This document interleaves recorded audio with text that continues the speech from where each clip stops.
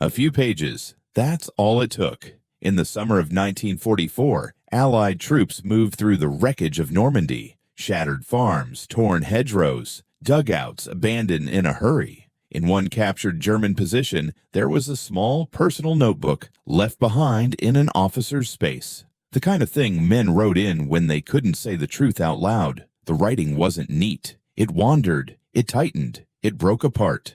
But one section stayed steady, like the officer forced his hand to behave. He described a British sniper who seemed to vanish on command. Every time German patrols pushed toward a suspected firing spot, they found the same thing. An empty hide, no man, no rifle, just a playing card left behind, an ace of spades. That detail shows up in multiple wartime accounts from the period, a simple object used like a signature. Not a long message, not a speech, just a mark that said, "I was here first." And then there was something even stranger, something that wasn't meant for soldiers to gossip about in trenches. A bounty notice, not a crude flyer, not a rumor passed around by scared teenagers with rifles. A real stamped document issued through command channels, putting a cash reward on a specific kind of enemy, a British sniper, dead or alive. That matters because bounties aren't just motivation. They're a breakdown. They signal that normal rules are slipping, that officers are willing to cross lines they understand perfectly well. And German officers did understand the rules. By 1944, they knew what the laws of war said about encouraging the killing of enemy combatants for personal reward.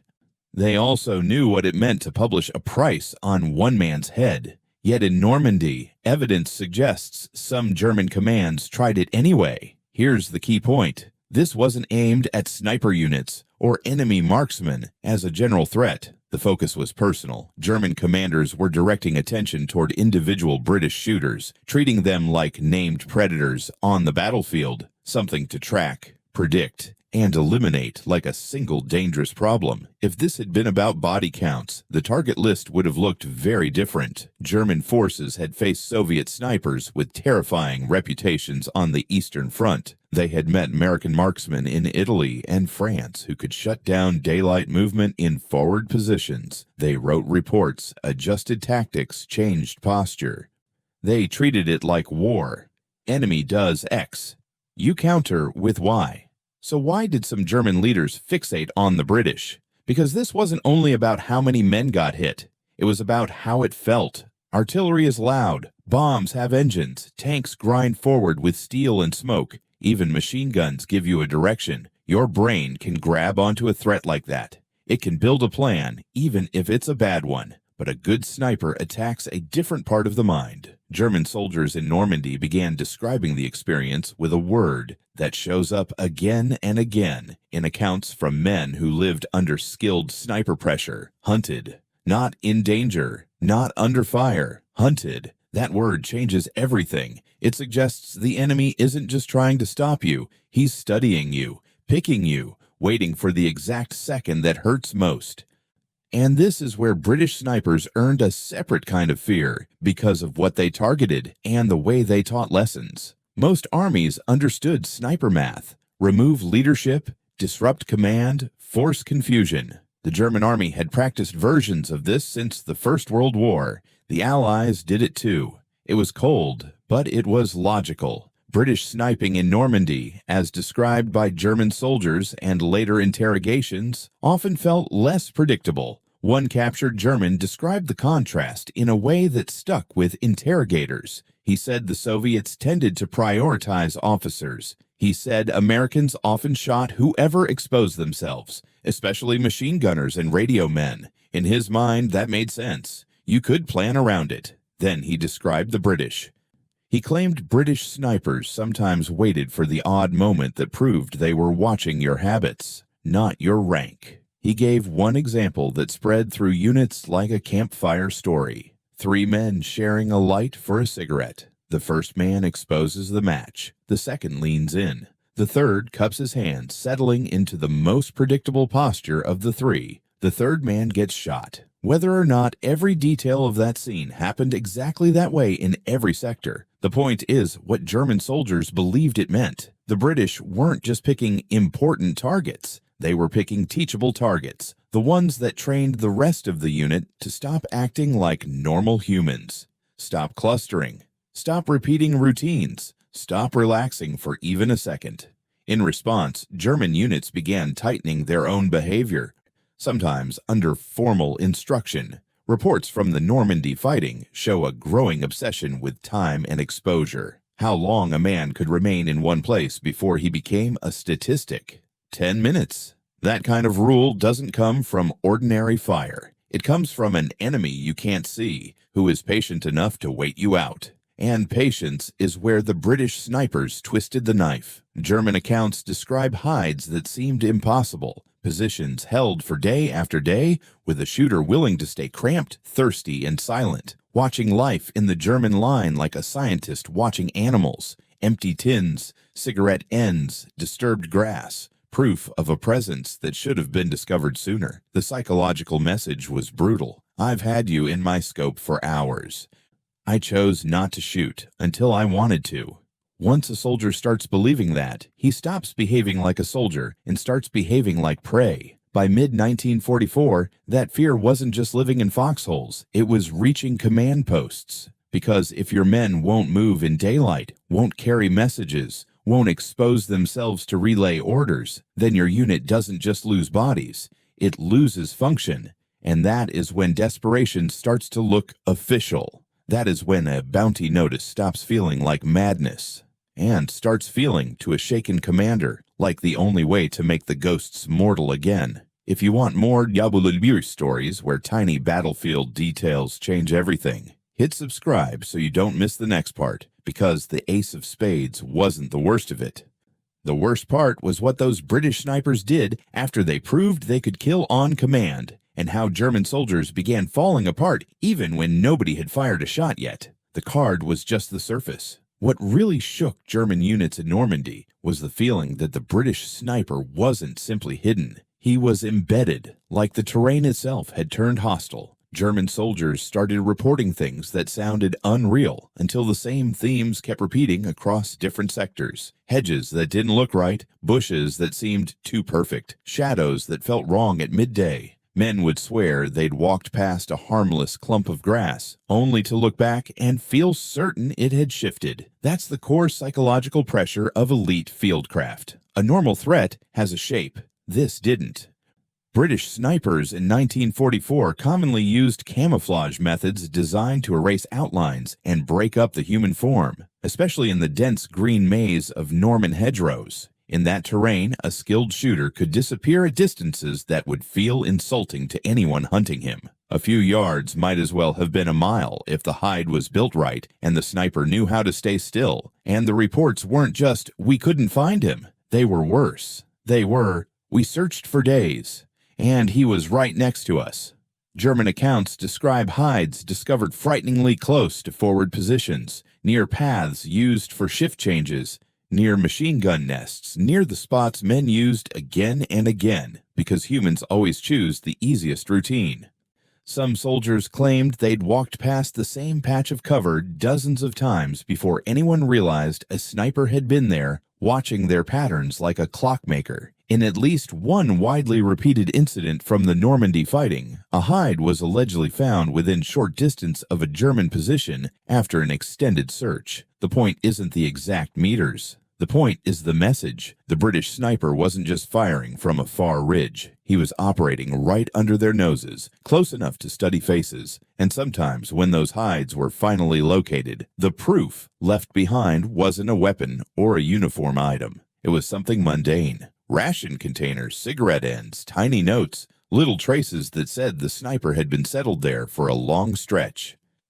That length of time disturbed German officers more than the kill itself, because if a sniper can sit for 2 or 3 days with a clear view and choose not to fire, then the enemy isn't simply reacting. He is deciding the pace of fear. That turns a trench line into a cage. One type of report that rattled German morale involved a sniper supposedly watching a command area for a long period, holding fire, then taking a single shot when a specific figure arrived, an officer moving forward, a specialist showing up, someone important enough to make the waiting worth it. Whether every case was documented perfectly or became sharpened by retelling, the logic still lands. This wasn't random shooting, it was selective pressure. German soldiers began adjusting behavior the way animals change behavior after a predator arrives.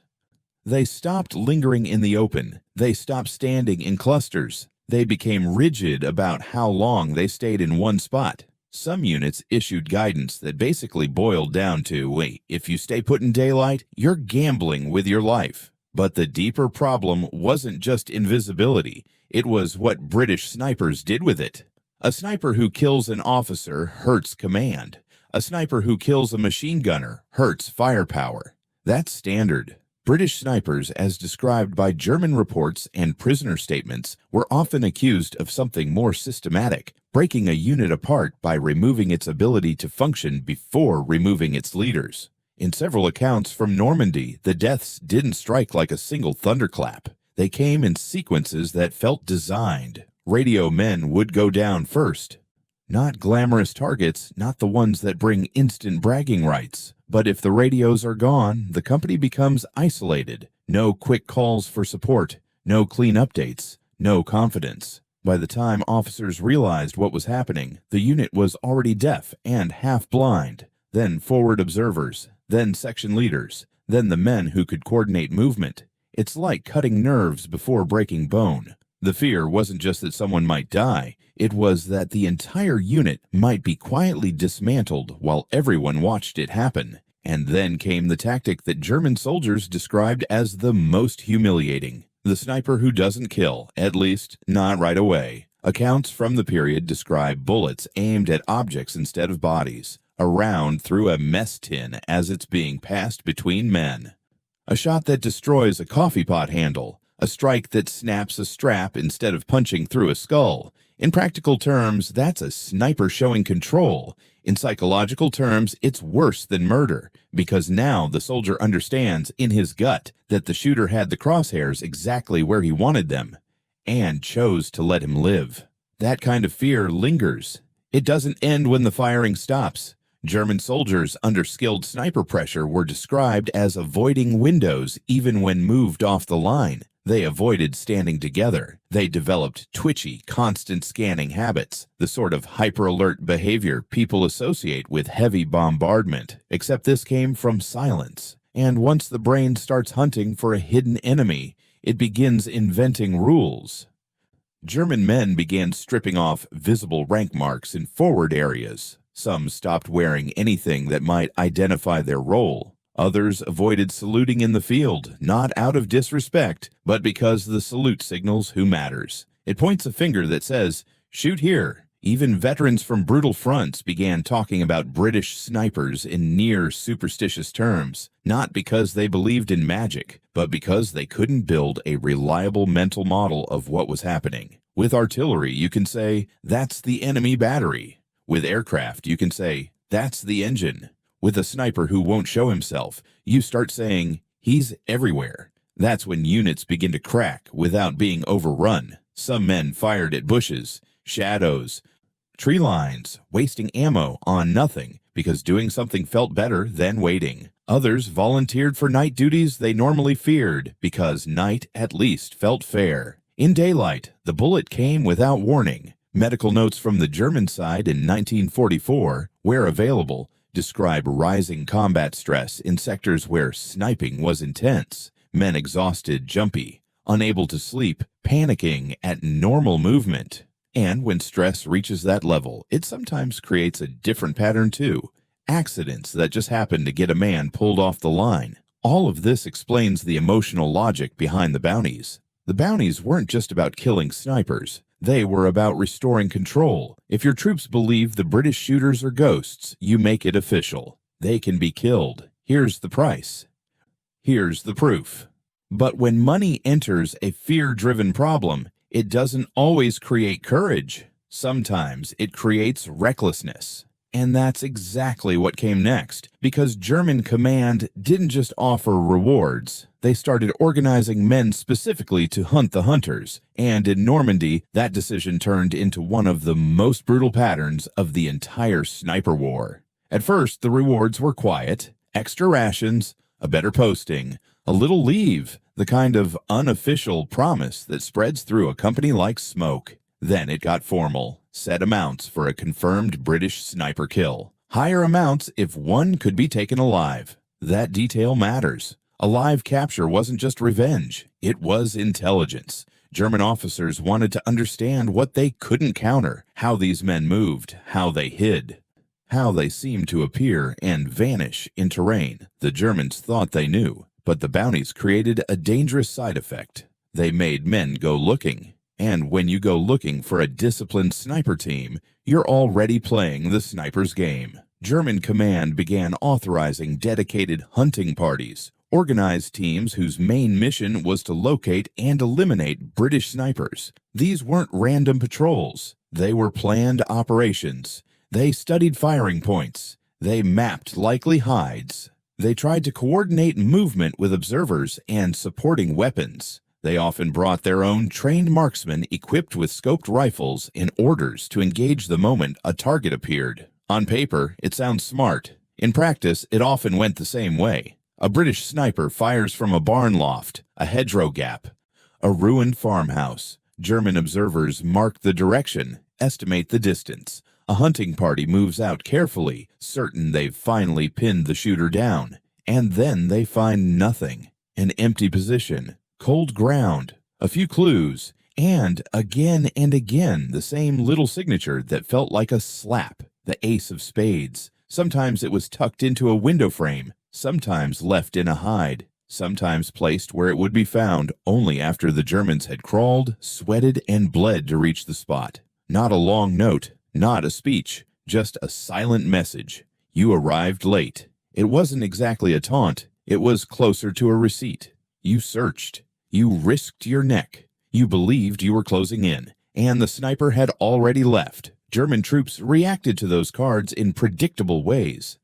Some collected them like cursed trophies. Some burned them like they were trying to destroy the idea behind the paper. Either way, the effect was the same. The card became proof that the sniper was always ahead, always choosing the timing. And then a brutal lesson started repeating across Normandy. When a hunting party goes out, the hunters often become the hunted. British snipers commonly worked in pairs, one shooter and one spotter, especially when operating against organized forces that might mount counter-sniper efforts. Pair tactics let them observe more, control angles, and cover movement. For a hunting party, that means the moment you spot a sniper, you may already be in someone else's scope. German bulletins and field warnings reflected this danger in plain language. Don't go after these snipers with too few men.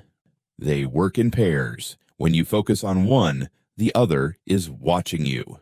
That warning sounds obvious now, but in the field, men still went out because the bounties, the pressure, and the shame of inaction pushed them forward. A hunting party story from the fighting around Normandy follows a pattern that is hard to forget. A team, roughly a dozen men, including trained marksmen, moves to eliminate a British sniper pair believed to be working from a damaged farmhouse a long distance from German lines. The approach is planned for early light, using cover like sunken lanes and folds in the ground. Two elements move from different directions to close the net. Then the first shot hits, not a noisy exchange. Not a wild burst, one clean hit. A lead man drops, the team goes to ground. Eyes scan for muzzle flash. Nothing. Silence. Minutes pass.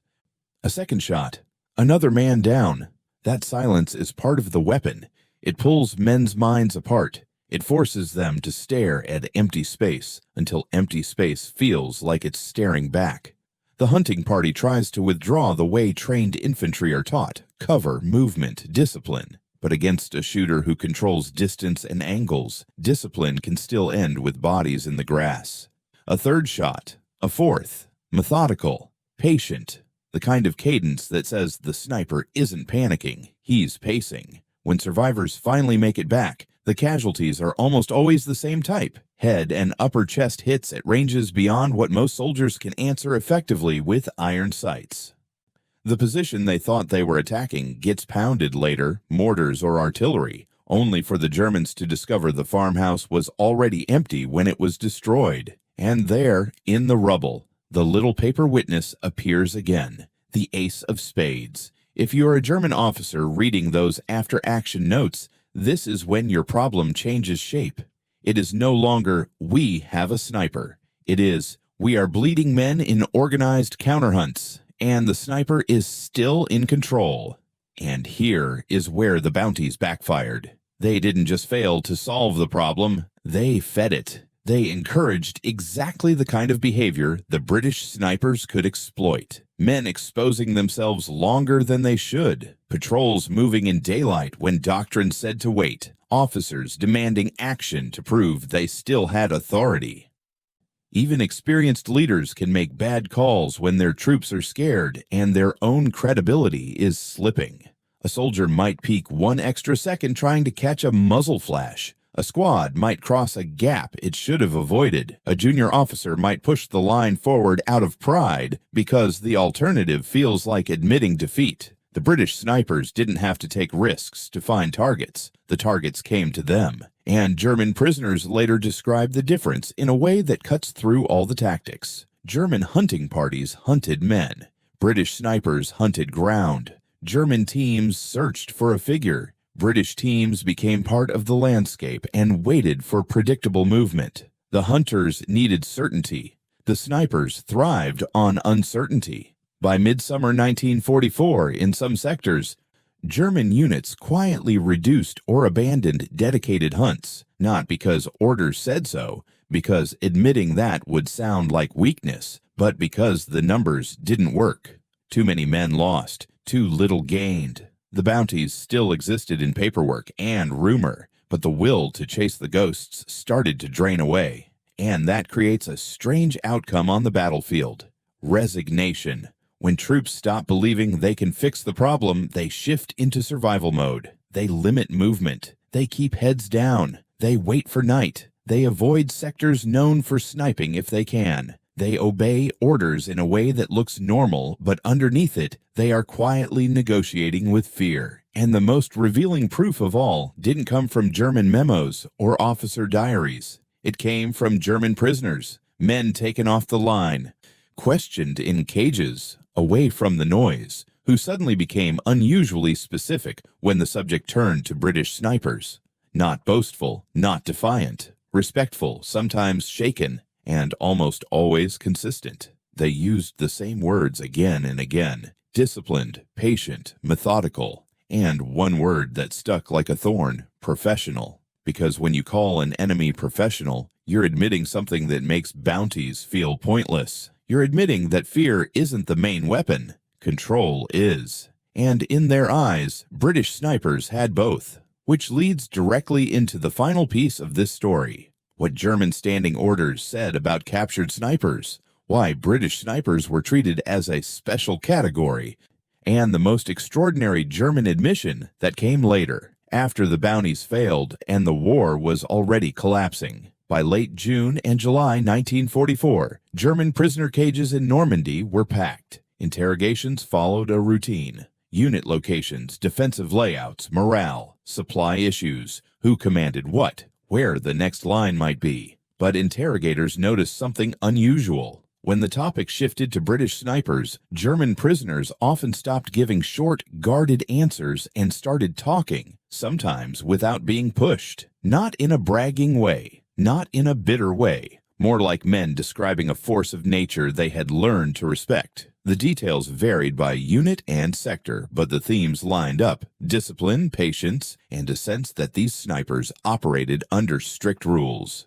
One of the more striking claims repeated in multiple accounts was that British snipers did not fire on men who were clearly surrendering. Prisoners framed it as everyone knew it, as if it was part of the battlefield's unwritten law. Whether every incident in every sector followed that perfectly is difficult to guarantee in war. Combat is messy, lines blur, but the consistency of the prisoner descriptions matters. It shows what German troops believed British snipers represented: controlled violence, not chaotic rage. And it ties directly into why German command treated British snipers differently on paper. German recovered standing orders and intelligence notes, where available, show that different enemy categories were handled differently. Soviet snipers in particular were often lumped into a harsher ideological frame.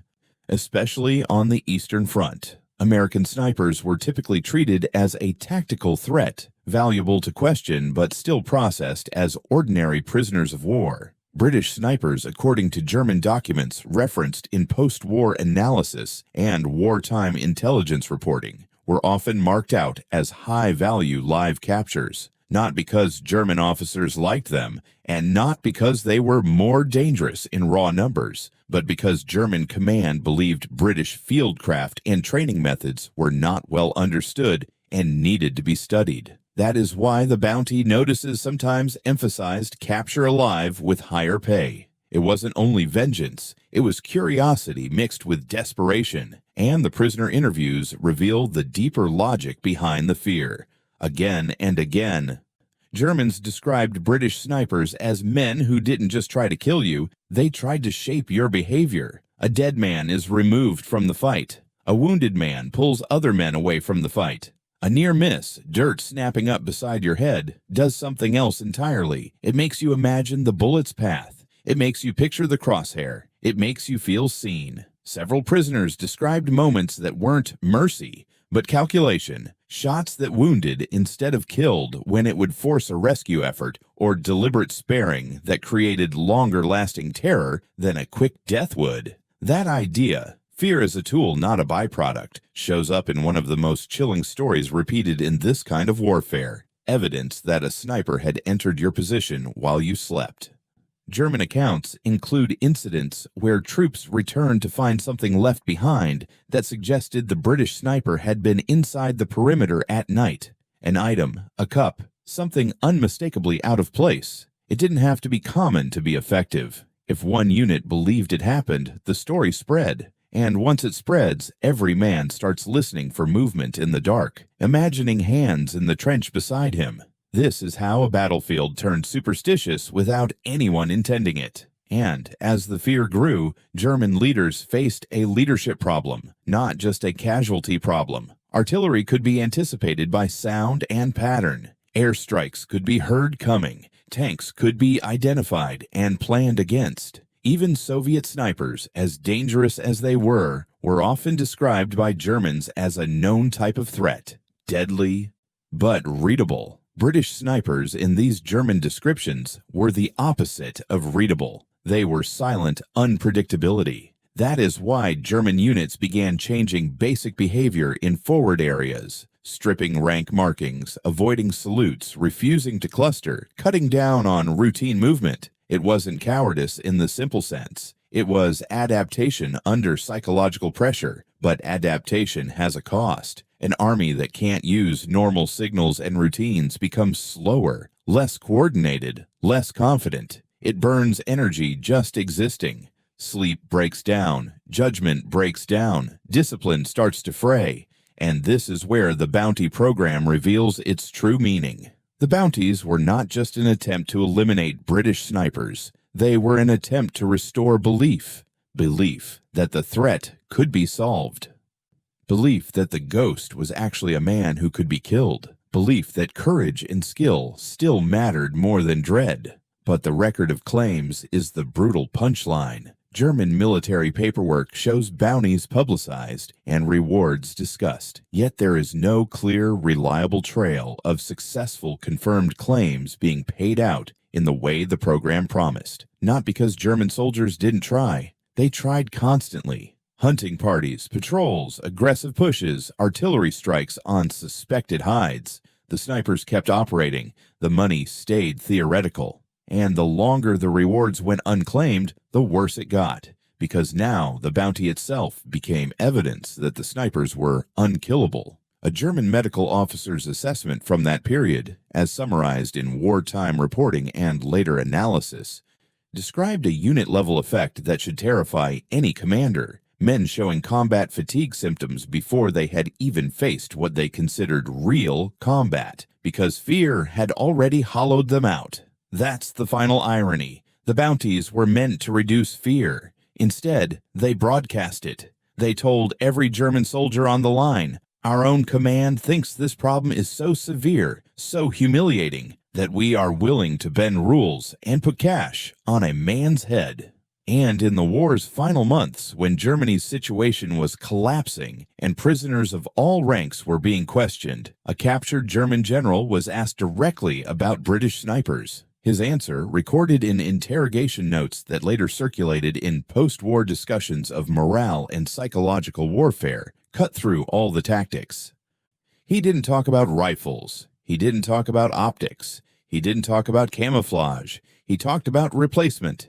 He essentially conceded the core truth German units had lived with in Normandy. Soldiers killed by snipers could be replaced on paper, but the fear, the constant feeling of being watched, selected, and helpless, spread through units in a way replacement could not fix. That is why bounties existed at all. Not because British snipers had the highest kill totals, not because they were the only elite marksmen on the battlefield, but because for German troops in Normandy, British snipers made war feel personal in the worst possible way. They made men feel hunted in their own positions. They made routine feel fatal. They made officers hesitate and soldiers freeze. And when fear starts running the show, even experienced commanders can end up signing something they know they shouldn't. A bounty notice, official stamps, a signature at the bottom, and one more silent ace of spades left behind in the dirt, like proof that the ghost was still out there, still choosing when the next man would fall. If this breakdown of morale and discipline surprised you, tap the bell so you catch the next story, because some Ndabetwine battles were decided long before the big push, in the quiet spaces where men stopped believing they could survive the day.